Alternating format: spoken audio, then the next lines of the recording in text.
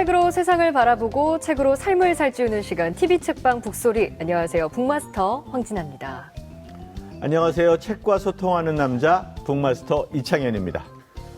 안녕하세요. 책 읽고 글 쓰는 문학평론가 허입니다. 네, 박수 한번 치고요.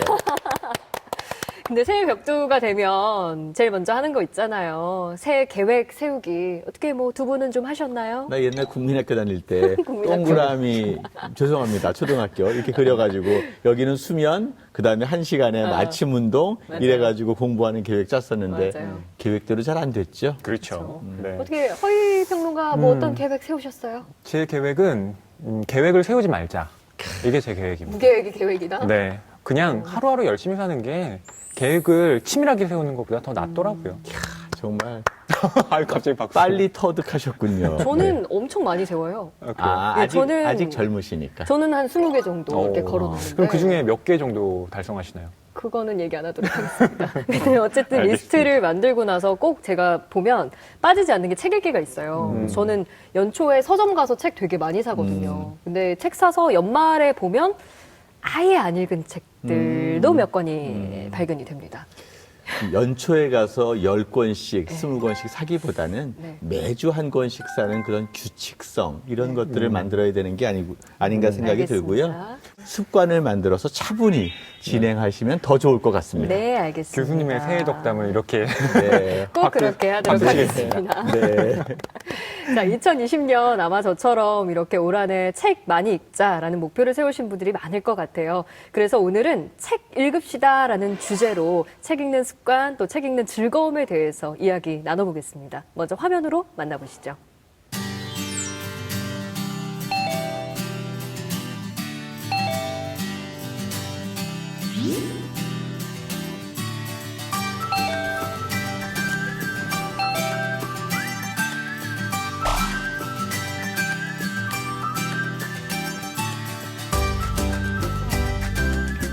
평소에 관심 있던 책을 시간 없어서 못 읽었거든요. 이제 학교가 끝났으니까 방학 기간에 좀 몰아서 읽고 싶다라는 생각을 하고 있습니다. 운동도 열심히 하고 책도 한 달에 2권 이상을 꼭 읽어야 되겠다. 그래야지 후회하지 않는 네, 정말 가치 있는 해가 되지 않을까 싶어서 그렇게. 저희 할머니께서 90이 넘으셨는데 시집을 잘 읽으세요 아직도. 그래서 여기 온 김에 둘러보다가 윤동주 시집을 발견을 해서 선물로 드릴까 지금 보고 있는 중이에요. 네. 제가 해외에 거주하고 있어서 한국 책을 읽을 기회가 별로 없는데 올 새해에는 한국 책을 더 많이 읽어보도록 하려고 하고 있습니다.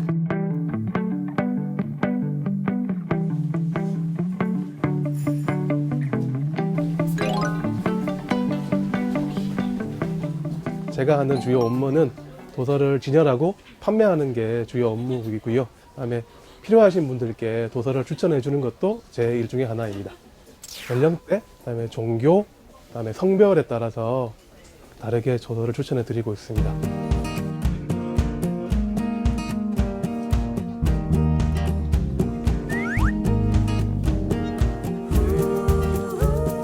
매일매일 조금씩 읽어 나가는 게 가장 중요한데 좀 무턱대고 이제 어려운 책을 선택하기보다는 자신의 이제 능력에 맞는 책을 선택하는 게 중요한데 같은 작가의 다른 책으로 이제 범위를 넓혀가시고 그다음에 이제 그것도 마무리하셨다 하시면 같은 분야의 다른 작가의 책까지 읽어보시는 게 좋을 것 같습니다.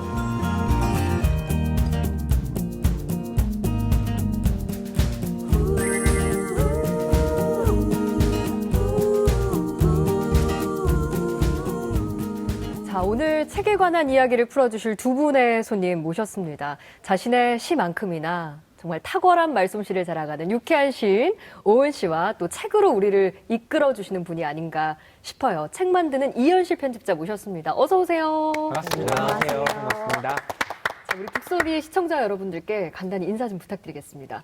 네, 제 명함에 있는 구절을 말씀드리겠습니다. 이따금 쓰지만 항상 쓴다고 생각합니다. 항상 살지만 이따금 살아있다고 느낍니다. 시인 오은입니다. 반갑습니다. 와, 멋있다. 시적이다. 시인 아무나 되는 게 아니군요. 안녕하세요. 저는 문학동네 편집자 이연실입니다. 저도 명함에 있는 글을 하나 인용을 해야 되겠네요. 네, 저는 백발이 되어서도 서점을 누비면서 에코백을 들고 저자 미팅 현장과 서점을 누비고 싶다고 말하고 다니는 편집자 이연실입니다. 반갑습니다. 와. 아니, 두 분 오늘 준비해 오신 걸까요?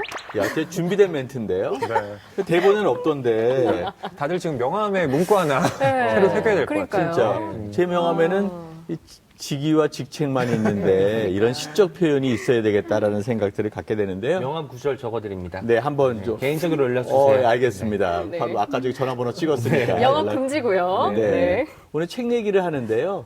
뭐 이제까지 책을 수없이 많이 접하셨겠지만 바로 이번 주에 어제 오늘 지금 읽고 계신 책이 무엇일지 좀 시청자 여러분이 궁금하실 것 같은데요. 시인께서 좀 먼저 얘기해 주시죠.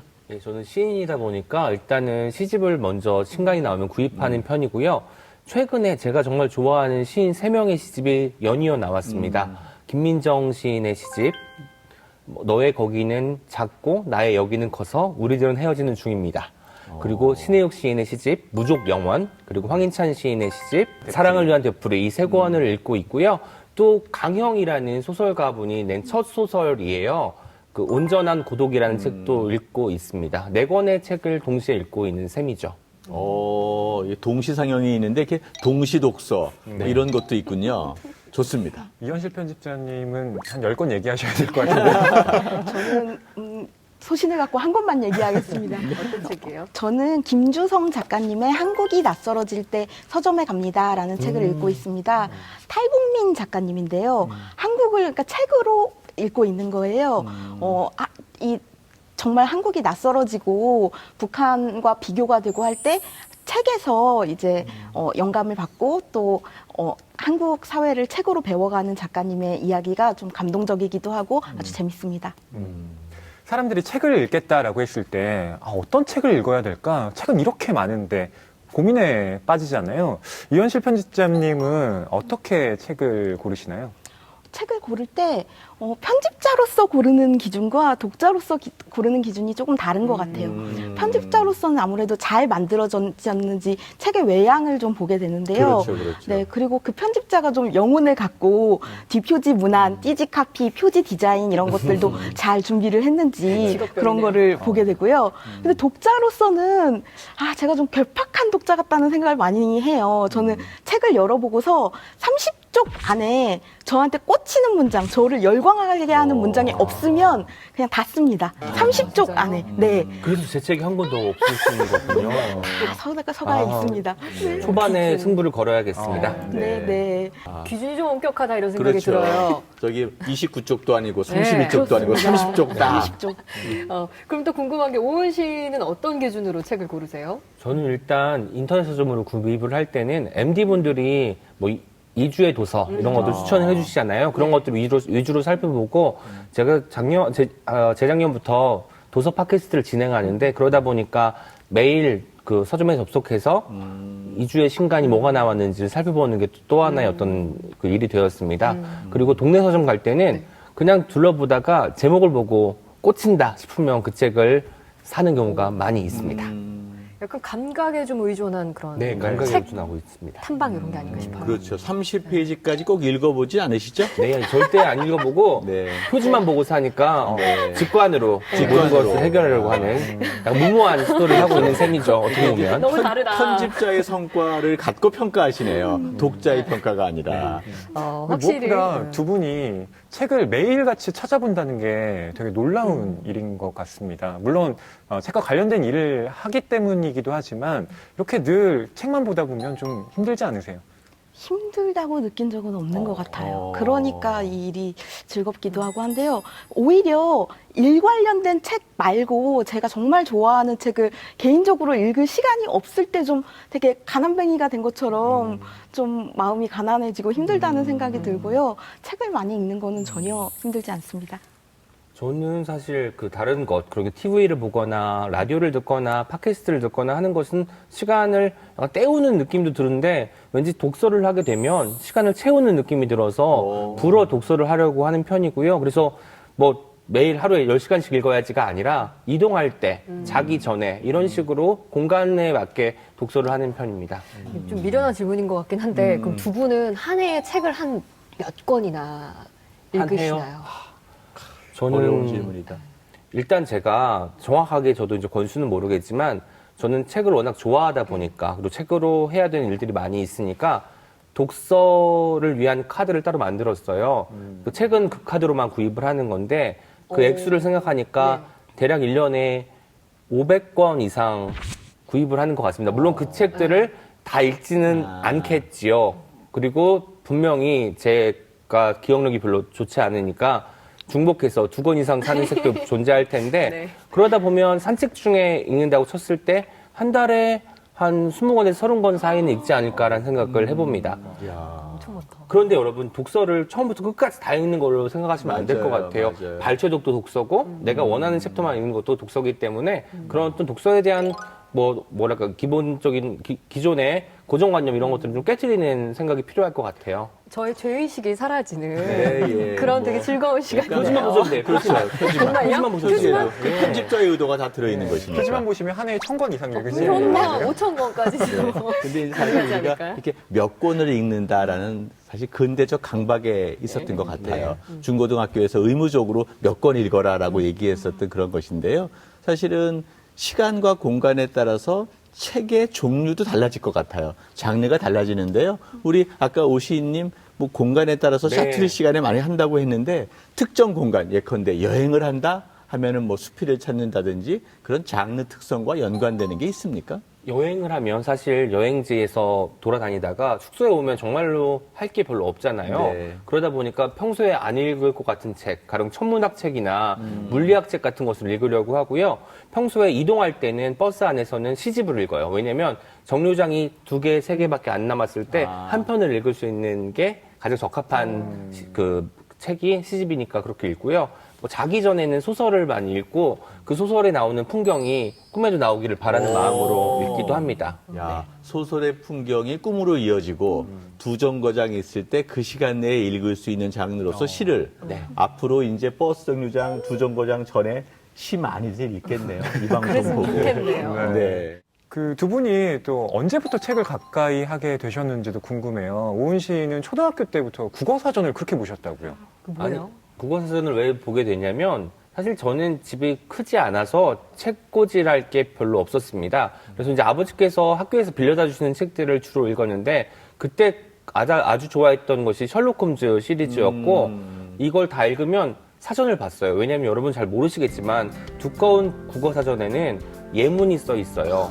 어떤 단어가 있으면 그 예문을 읽는 재미가 또 있거든요. 왜냐면 소설의 일부이거나 희곡의 일부인 경우가 많기 때문에 그 예문을 읽으면서 내가 이걸 실생활에서 어떻게 사용할 수 있을까? 이걸 고민하는 게 당시의 오은이었던 것 같습니다. 그리고 또 그 중에 또 마음에 드는 단어는 형광펜으로 칠하고 내일 꼭 발음해 봐야지. 입 밖으로 소리내어 봐야지라고 다짐하기도 했는데 당시에 이런 단어가 있었던 것 같아요. 아지랑이. 아지랑이. 아지랑이는 주로 봄에 피어나는데 네. 그때가 겨울이었습니다. 그런데 이거를 입 밖으로 내뱉어야 나의 단어가 될 것 같은 거예요. 그래서 선생님 저기 아지랑이가 피어오르는 것 같아요 라고 말을 했어요. 아닌 거 알면서도 선생님이 장작 피우잖아 라고 말씀하셨던 기억이 나는데 그때부터 어떤 단어를 안다는 것은 내가 실제로 소리내어서 발음해보는 것이 필요하다라고 생각했던 것 같습니다. 네. 신기하다. 그럼 그렇게 어렸을 때부터 단어, 뭐 우리말에 대해서 관심을 가진 게 그게 이렇게 책 읽기로 이어진 것 같네요. 네, 그렇죠. 사실 책을 읽을 때도 모르는 단어가 있으면 그냥 사람들이 뭐 짐작해서 넘어가는 경우도 있을 텐데 저는 꼭 그걸 찾아봤으니까 그때부터 단어에 대한 관심, 뭐 책에 대한 관심이 있었다고 말씀드릴 수 이게- 있겠네요. 그 이현실 편집자님은 어떠세요? 어릴 적 꿈이 소설가셨다고요? 네, 저는 대학교에 가서 소설 창작학회에 들어가서 지금 이제 뭐 활발히 활동하고 있는 김원수 작가님, 뭐 손보미 작가님, 최정화 작가님, 뭐 이런 분들하고 같이 소설을 쓰기도 했었습니다.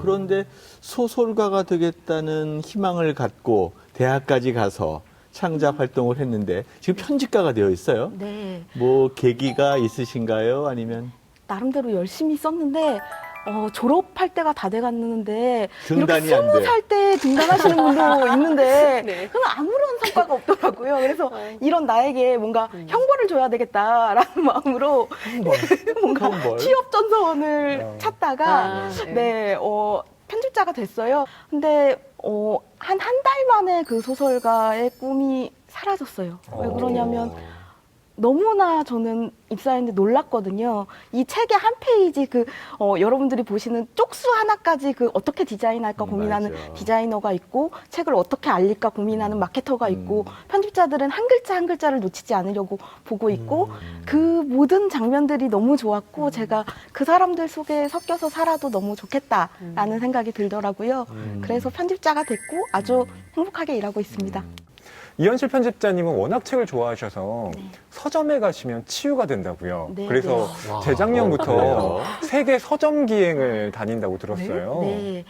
저는 사실 한국 서점들도 많이 다니는데, 근데 한국 서점에 가면 좀 긴장되는 게 있어요. 내가 만든 책 잘 놓여 있나? 괜찮게 그럴 수 있죠. 진열되어 네. 있나? 네. 그러다 보니까 항상 좀 일하는 기분이 있는데, 해외 서점에 가면 그냥 너무나 행복하고 내가 언어도 통하지 않는 이곳에서도 사람들이 책을 읽고 사고 또 이렇게 많은 책들이 있구나 생각하면 너무 행복해요. 그래서 저는 유럽 서점 기행도 다녀왔고요. 또 뉴욕 서점 기행, 도쿄 서점 기행, 중국 서점 기행 좀 많이 다니고 있습니다. 네, 세계 책방 기획 많이 다니신다 그랬는데 그러니까. 혹시 네. 동네 책방 중에 좀 자주 가는 곳 두 분 있으세요? 저는 동네에 서점이 있는 거를 한 석 달 전에 알게 되었어요. 거기는 이제 앞에 슬로건이 적혀 있습니다. 내일도 새들이 노래할 거예요. 라고 적혀 있는 걸 보고 너무 가슴이 쿵쿵거리면서 들어갔더니 그 안에 책들도 다 제가 좋아하는 류. 취향 저격이에요? 왜냐면은 그냥 들어가는 순간 거기 있는 모든 책들이 다 사랑스러워 보였어요. 그 공간이 마음에 든 거죠. 그래서 매번 갈 때마다 또 양손 가득 책들을 사가지고 오는데 집 근처에 한 도보로 10분, 15분 걸어서 책방이 있다는 건 참 좋은 일이구나, 축복이구나라는 것을 매일매일 느끼고 있는 요즘입니다. 네, 우리나라에서도 이런 책 읽는 문화를 이끄는 현상 중에 하나가 바로 이 동네 책방이에요. 근데 이제 동네 책방마다 가보면 특징이 있고 각자 색깔이 완전히 달라요. 그래서 단순히 책을 사는 공간일 뿐만 아니라 좀 문화를 체험할 수 있는 그런 공간이다라는 생각이 드는데요. 오늘은 이 변화를 시도하고 있는 동네 책방의 모습을 담아왔습니다. 영상으로 만나보시죠.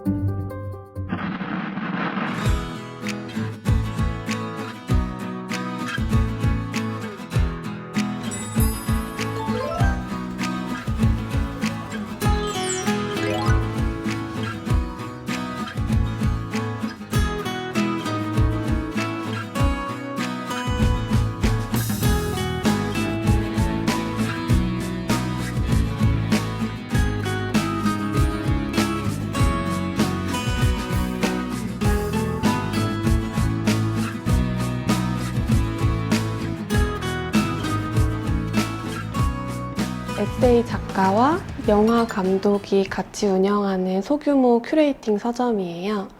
영화에 관련된 책이나 영화의 원작 소설, 영화 관련인들이 쓴 책들을 소개하고 있습니다.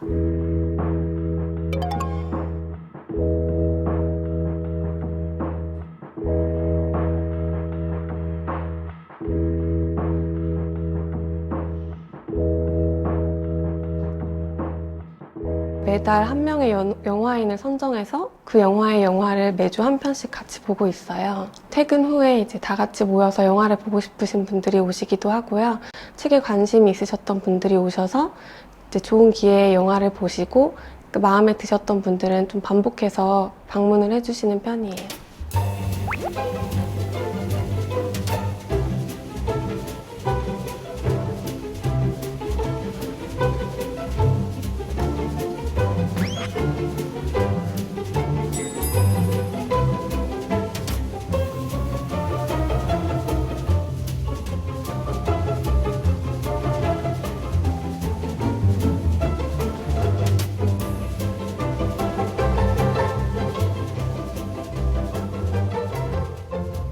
일반 영화관에서 보는 느낌이랑 되게 다른 것 같아요. 엄청 프라이빗하고 뭔가 훨씬 더 나만의 사적인 시간을 갖는 그런 느낌이 들어요. 되게 소소하게 영화 볼 수 있어서 되게 좋은 것 같아요.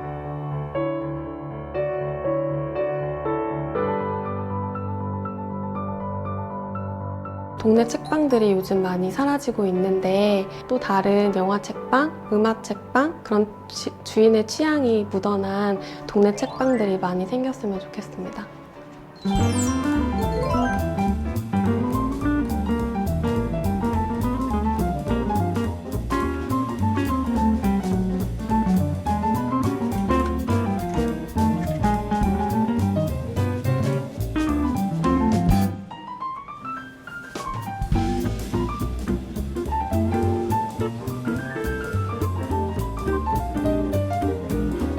단순히 카페와 바 그리고 서점을 결합시킨 공간보다는 자연스럽게 문학에 대해서 교류하고 뭔가 창작을 하는데 영감을 받고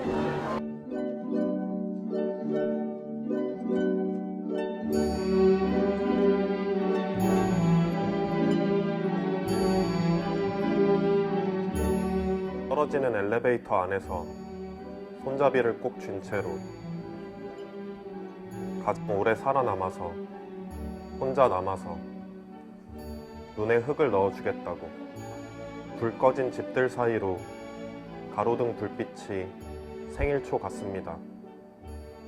시를 원래 평상시에 읽거나 보고 혼자 이렇게 생각을 하는 경우가 대부분인데 다른 사람들과 같이 있는 공간에서 낭독하는 거를 청각으로 듣는다는 게 되게 좋은 것 같아요.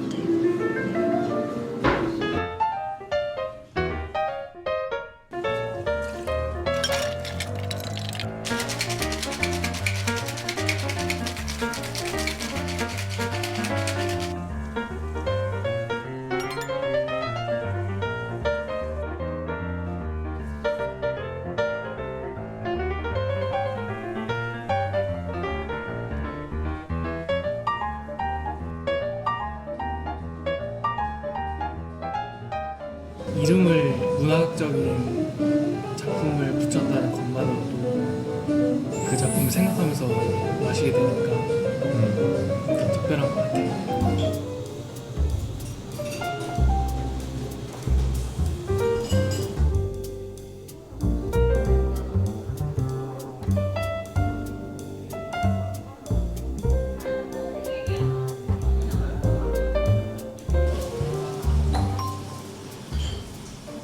글을 쓰기 좋은 공간? 이곳에서 뭔가 영감을 받은 작가들이 많은 공간? 그리고 글을 쓰지 않는 사람이라도 이 공간에 와서 뭔가 글을 쓰고 싶게끔 만드는 모두가 작가가 될 수 있는 공간이 되는 게 목표입니다.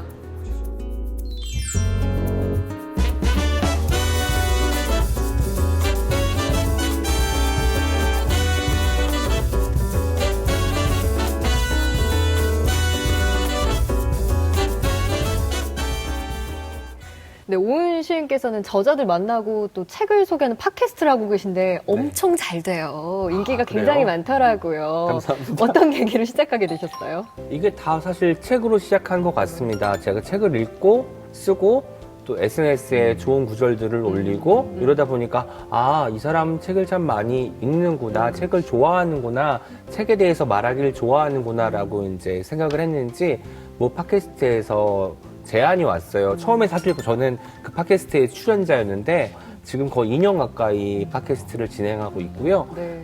팟캐스트를 진행하면서 느낀 것은 제가 원래 보통은 이렇게 초대가 되어서 오는 경우가 많잖아요. 그러면 저는 늘 올 때 밥값을 해야 된다. 나를 불러줬으니까 내가 할 수 있는 말은 다 하고 가야 된다라고 생각을 하고 오는데 진행자가 되니까 아, 이 사람 그 저자분이 오실 때 이 저자분의 매력을 어떻게 하면 더 드러낼 수 있을까? 이 책을 어떻게 하면 더 훌륭하게 선보일 수 있을까? 이런 것들을 고민하게 되는 것 같습니다.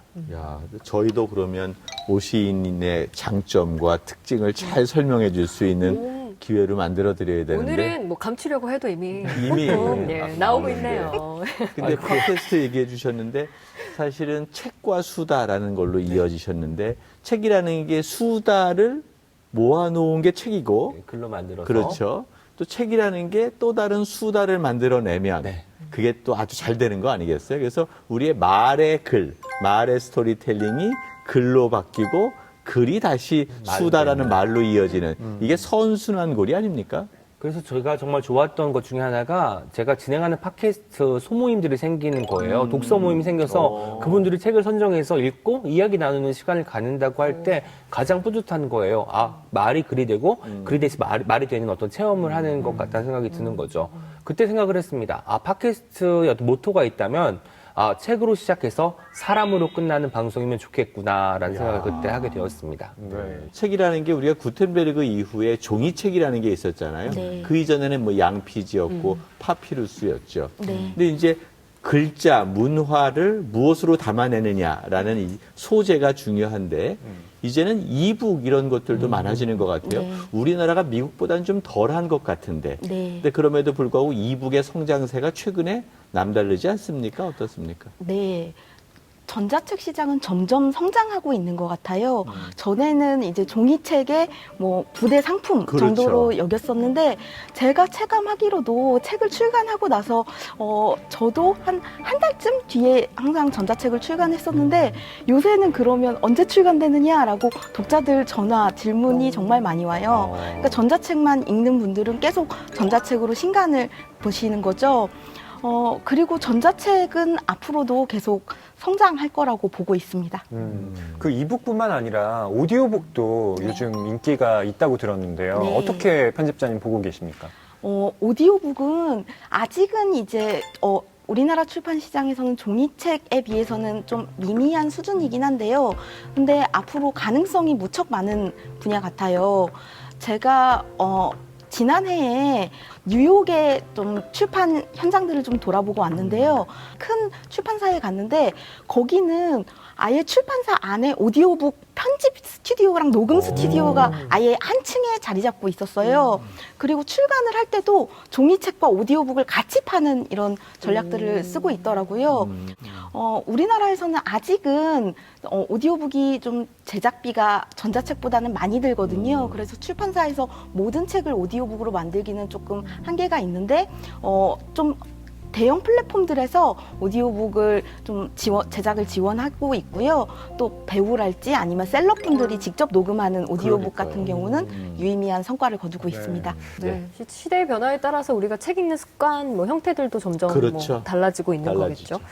근데 또 오은 씨는요, SNS에서도 굉장히 활발히 활동을 하고 계신데. 못 하시는 게 뭐예요, 지금? 아니, SNS 활동하는 것 자체가 뭔가 제 일과의 중요한 부분인 것 같아서 약간 좀 인기가 엄청 변형적인 것 같아요. 많거든요. 아, 그런가요? 네, 인기가 되게 많으신데 이렇게 SNS 활동 열심히 하시는 또 이유가 있을까 싶기도 하고요. 저는 사실 제 책을 홍보하거나 뭐 저를 알리려고 사실 시작한 건 아니었고요. 제가 읽은 책 중에서 좋은 책들, 그런데 이제 워낙 신간이 하루에도 많이 쏟아지다 보니까 금방 잊히고 마는 책들을 다시 좀 사람들에게 선보이고자 책 구절을 소개하는 게 사실 가장 일반적인 저의 SNS 활용법입니다. 그러다 보니까 사람들이 마치 한 줄 읽었지만 뭐라도 읽은 것 같다라고 생각을 해서 저를 좀 팔로우 해주신 것 같기도 하고요. 어쨌든 저는 그래서 동료 작가들의 귀중한 책들, 거기서 좀 사람들이 같이 읽었으면 좋을 것 같은 구절들을 뽑아내서 같이 이제 공유하는 게 저의 SNS 활용에 가장 특화된 지점인 것 같습니다. 네. 사실 SNS의 역할이 점점 커지는 것 같아요. 이제는 레거시 미디어가 서서히 줄어들면서 소셜미디어의 북튜버, 뭐 이런 것들이 되게 책을 선택하는데 중요한 역할을 담당하고 있는 게 아닌가 생각들이 들어요. 그래서 그게 요즘 출판계의 대세로 된 것 같은데 어떻게 보세요? 출판계의 키워드를 뽑으라면 유튜브를 빼놓을 수 없을 것 같아요. 북튜버들이 소개하는 책 자체도 베스트셀러에 오르는 경우가 많았고요. 또 유튜버 스스로가 쓴 책들도 베스트셀러에 많이 올랐어요. 지금 같은 경우만 해도 뭐 오늘도 펭수, 내일도 펭수, 그 펭수도 유튜브 스타죠. 네. 그리고 방망이에 이대로 죽을 수는 없다라는 책도 굉장히 많이 팔렸고요. 유튜브의 영향은 출판계에서 실제로 매출로 실감하고 있습니다. 네.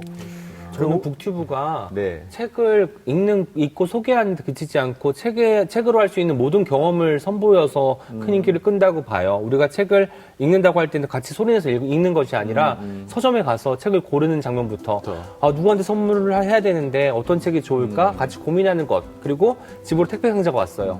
이걸 언박싱하는 경험까지 책에 대한 모든 경험들을 누릴 수 있는 모든 경험들을 보여줄 수 있어서 사람들에게 독서라는 것이 단순히 책을 펼쳐서 읽는 것이 아니라 책을 무슨 책을 살지 고민하는 것부터 시작해서 책을 다 읽고 덮는 것까지를 포함하는 거구나 느끼게 해준다고 생각이 들어요. 저도 같은 생각인데요. 이 북튜버들이 이렇게나 인기를 얻는 게 이제 우리가 책을 정말 읽는 게 아니라 경험하는 시대가 된 게 아닌가 싶은데 그래서 독서 모임들도 굉장히 많이 늘어나고 있는데 원래는 혼자서 책을 읽잖아요. 근데 이제 이걸 함께 읽고 또 함께 쓰는 경험까지 하고 있습니다. 이렇게 적극적으로 책을 체험하고 경험하고 있는 분들의 이야기를 화면으로 담아왔거든요. 바로 만나보시죠. 도움을 주시고 참여를 하고 계세요. 이제 이렇게 책으로 내셨는데 지금부터 손에 불날 때까지 박수. 오른손이 먼저. 네. 왼손.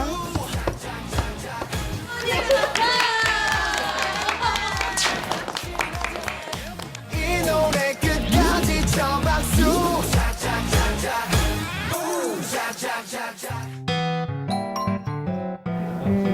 제가 20년 넘게 무용을 해왔는데요. 무용이라는 어떤 표현하는 예술이라는 것들을 많은 사람들이 함께 경험하고 싶다는 생각이 들어서 또 무용담으로 좋아하는 책에 무용이라는 어떤 장점을 결합해서 이런 몸으로 읽는 책이라는 모임을 만들게 되었습니다. 나중에 저희 내일 손 막 이렇게 돼 있는 거야. 다 같이. 가지고 온 것들, 읽고 온 책들을 소개받으면서 우리가 각기 다른 저마다의 박수 이야기를 한번 들어보도록 하겠습니다. 박수라는 단어를 들었을 때 생각이 났던 거는 뭔가 이렇게 뭔가 시작? 주제에 맞는 어떤 보고 싶은 책을 골라와서 읽고 그 다음에 이야기하는 자유독서 모임이 있고요. 처음에는 이게 뭐야, 나는 춤이랑은 거리가 먼데 어색한데 라고 하시다가도 참여하다 보면 이게 자연스럽게 움직이고 있게 되고 자기가 몰랐던 자기를 알게 되는 그런 시간들 때문에 엄청 재미있어 하시고 있죠. 네. 너무 따뜻한 시선으로 좀 세상을 보시는 분들 울 것 같아서.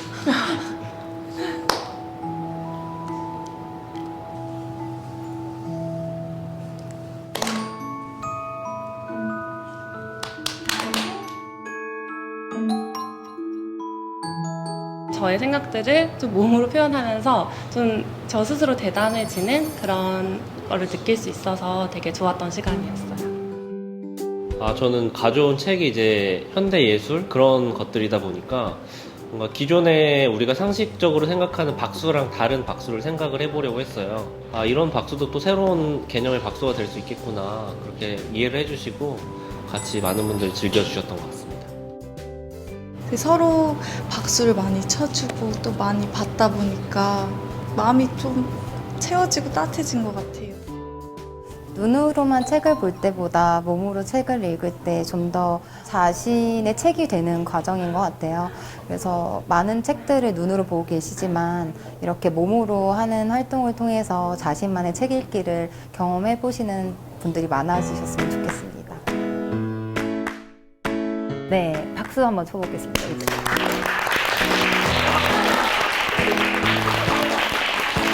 잘한다.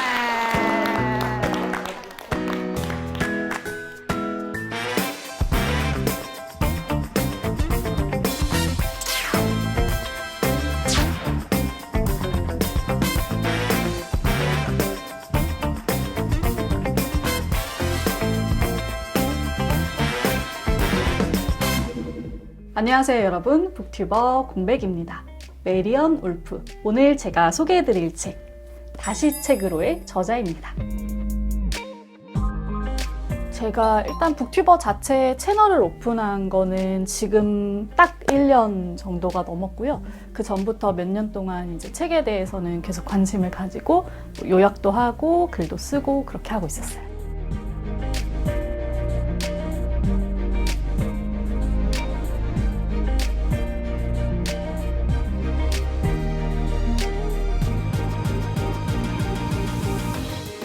제가 초반에 소개를 했던 책인데요. 김현수 작가님의 소설가의 일이라는 책이었거든요. 그래서 그 책은 제가 따로 영상을 만들어서 소개를 해드렸었고, 김현수 작가님이 쓰신 소설가의 일이라는 책입니다. 보시면은 이렇게 종이도 많이 붙어 있고 접혀 있는 부분도 굉장히 많아요. 또 보람 있게도 많은 분들이 정말 좋았다고 같이 얘기해 주셔서 좋았었던 기억이 있어요.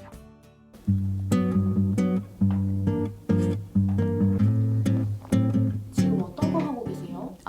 저 지금 이제 영상으로 만들 책이 정해져서 그거 다 읽고 대본으로 옮기고 요약하는 작업하고 있어요.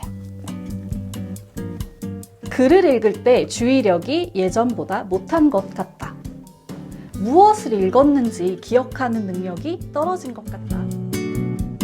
저 같은 경우는 일단은 모든 작업 전에 책을 읽어야 된다는 작업이 포함되기 때문에 뭐 짧게는 3시간, 길게는 뭐 한 주가 다 걸릴 때도 있고요. 그래서 작업 시간은 정말 그야말로 천차만별인 것 같아요. 또 만드는 게 즐거우실까요? 네, 제가 지금까지 했던 일들 중에 이게 제일 재밌는 것 같아요. 저만 놓고 봤을 때는 제가 읽은 책을 아웃풋을 하면서 기억하고 담아둔다는 느낌이 있고요. 또 외부적으로 봤을 때는 내가 추천한 책들을 남들이 함께 보고 또 새로운 감상을 교환하고 이런다는 장점이 있는 것 같아요. 제일 뿌듯한 게 이제 저는 보통 독자분들이랑 댓글로 의사소통을 많이 하는데 댓글에 공백님 추천 보고 이 책을 샀는데 이 책이 너무 좋았다 이렇게 남겨주시는 분들이 있어요. 진짜 기분 좋고 내가 이래서 이걸 소개했구나, 내가 하는 일의 의미가 이런 데 있구나 그런 생각이 좀 들어요.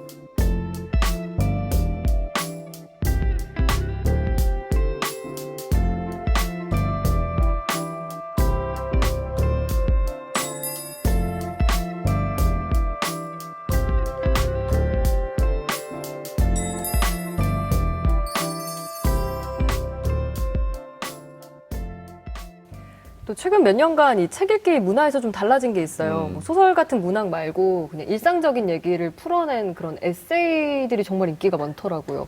왜 그럴까요, 편집자님?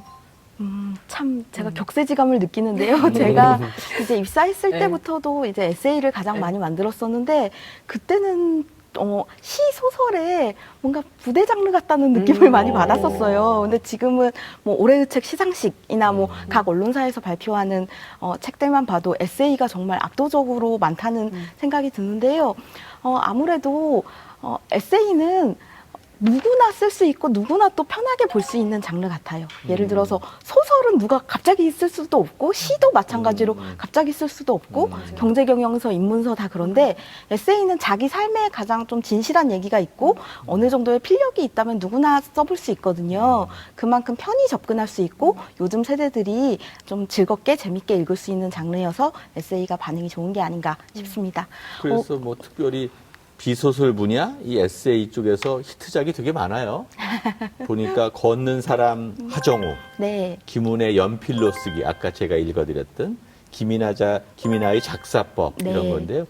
작사법 이런 거 책으로 기획하기가 쉽지 않았을 것 같아요. 네. 이거 맨 처음에 큰 대박이 날 거라는 생각 못 하셨을 것 같은데.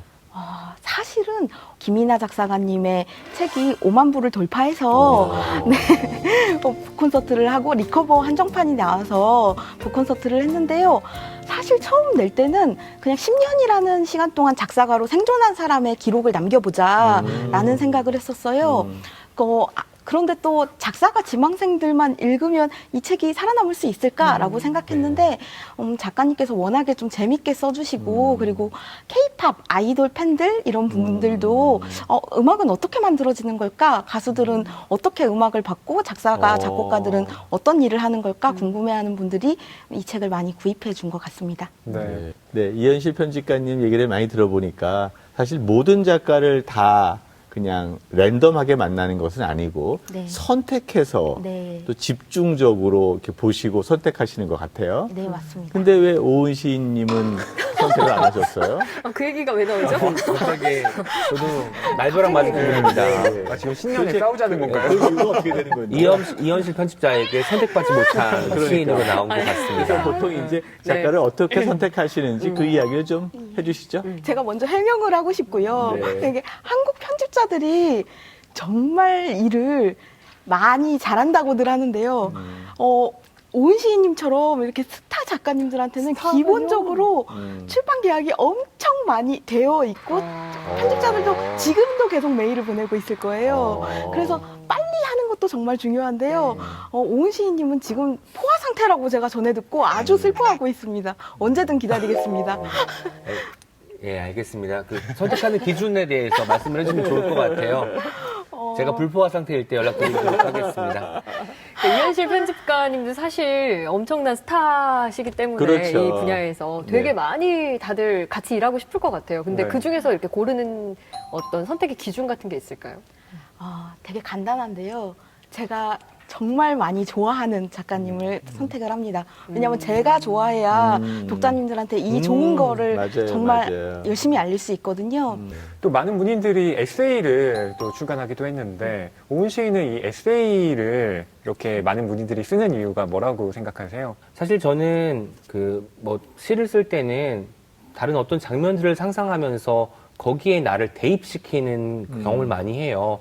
내가 그 현장에 있었다면 어땠을까? 내가 지금 미국에 있다면 어떤 느낌일까를 상상하면서 글을 쓰는데 에세이는 지금 여기에서 출발할 수 있는 이야기이기 때문에 나로부터 바라는 이야기 같아서 훨씬 더 사람들이 처음에 쓰기 좋아하고 문인들도 에세이를 쓰기를 시작하는 것이 아닌가라는 생각이 드네요. 많은 분들이 자신의 이야기를 풀어낸 이 맞아요. 에세이를 냈는데요. 그 중에 한 분의 작가를 저희가 직접 만나봤어요. 이분은 뭐 싱어송라이터로 아주 활발하게 활동하고 있는 김사월 씨인데요. 뭐 뮤지션으로서 또 여성으로서 본인의 이야기를 담은 첫 산문집을 냈다고 해서 저희가 만나봤습니다. 뮤지션 김사월 씨의 책 이야기 화면으로 만나보시죠.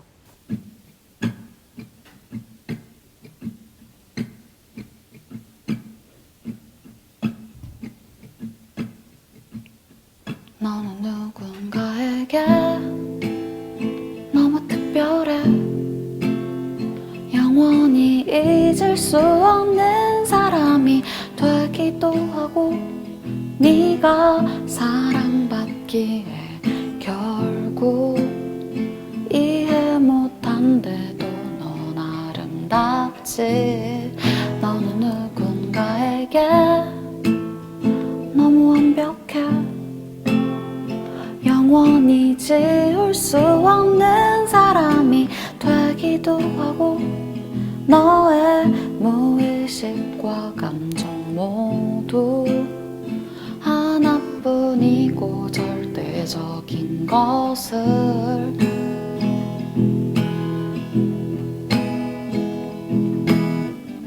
그런 너에게 상처를 주고 기쁘게 하는 그런 사람도 단 하나뿐이었다는 거 하나뿐인 사람의 사랑 내가 누구에게도 사랑받지 못하는 밤에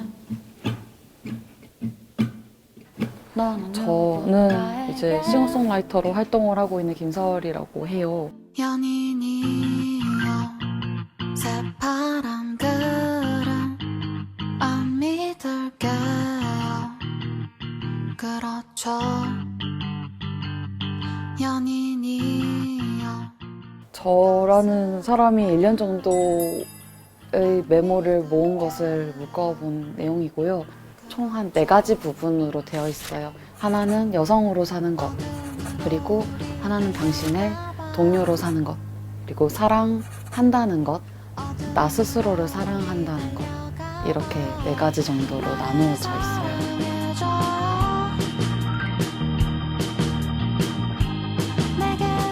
네, 저는 가사를 쓰고 싶어서 메모를 많이 하는 편이에요. 근데 보통 되게 짧아요. 한두 줄로 메모를 하고요. 거기서 좀 약간 시처럼 쓰게 되면 노래 가사가 되고요. 그냥 좀 일기를 써버리면 글이 되는 것 같아요. 난 잠깐 좀 의견 같은 것을 조금씩 써봤어요. 예전에는 나는 조금 더 사람들에게 정돈된 모습을 보이고 싶고 약간 돋보이고 싶기 때문에 나를 좀 더 꾸며야겠다로 시작했죠. 근데 거기서 점점 그 욕망이 스스로를 올가매는 거예요. 이제 그 고리를 끊어내기 위해서 꾸밈을 덜 하는 것을 도전해보는 그 부분이 나옵니다.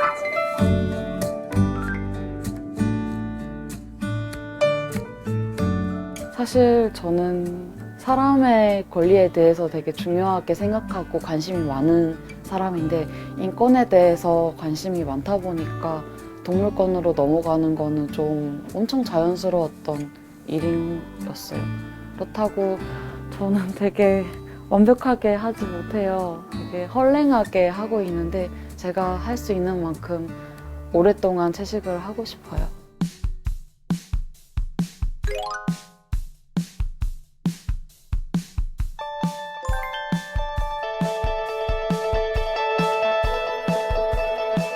옴니버스 스타일의 한 장은 이 사람, 그 다음 장은 이 사람 이렇게 돌아가는 내용의 이야기였어요.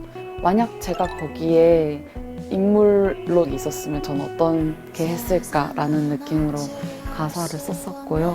사실 어떤 스토리가 있는 것에 대한 가사는 너무 써보고 싶기도 해요. 저만의 그냥 방식으로 쓸 수 있다면 너무 좋을 것 같아요.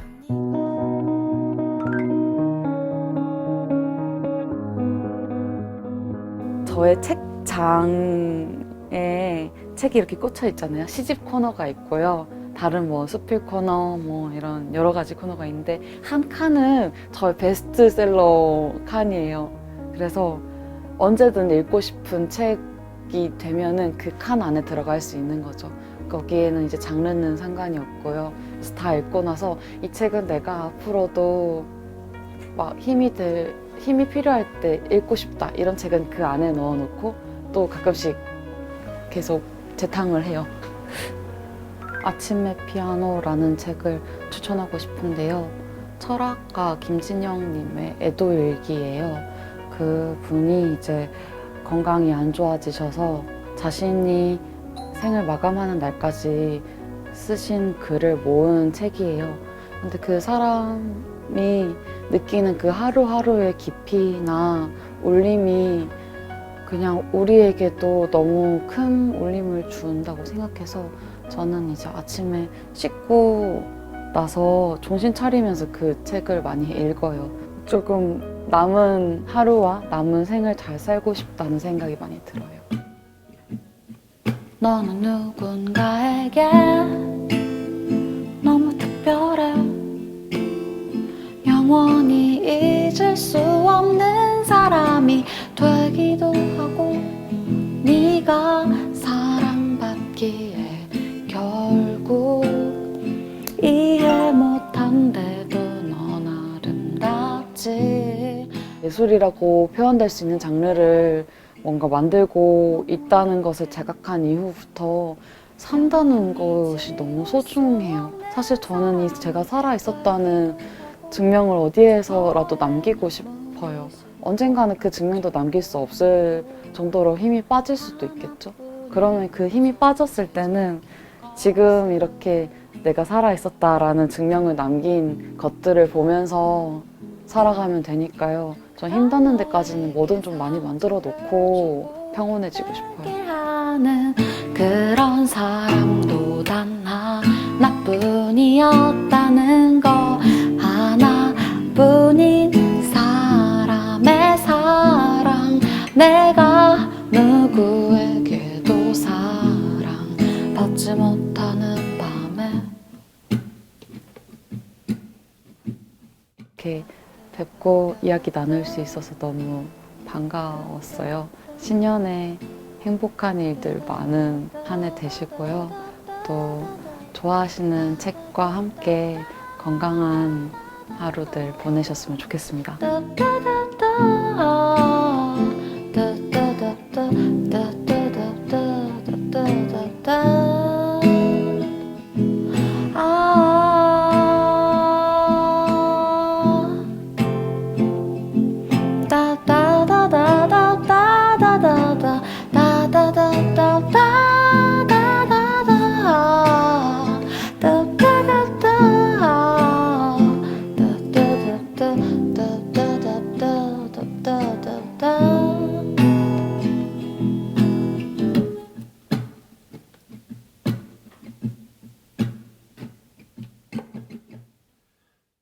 저희가 두 분께 2020년 올해 읽어보기를 추천하는 책을 각자 한 권씩만 딱 골라서 가져와 달라고 부탁을 드렸는데 먼저 오은 시인께서 추천해 주신 이 책은 지난해 또 에세이 분야에서 굉장히 주목받았던 그런 책이 아닌가 싶어요.